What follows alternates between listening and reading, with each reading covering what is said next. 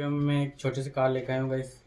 और इसके साथ एक रिमोट है गाइस, जिसमें 4 बटन है और इसका एक एंटीना है। तो गाइस ये रिमोट इससे कनेक्ट करते हैं। इसमें 2 शेल लगते हैं गाइस।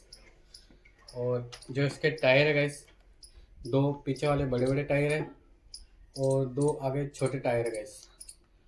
और एक टायर इधर भी है छोटा सा, जो पलटी खाती है गाइस और वापस सीधी हो जाती है।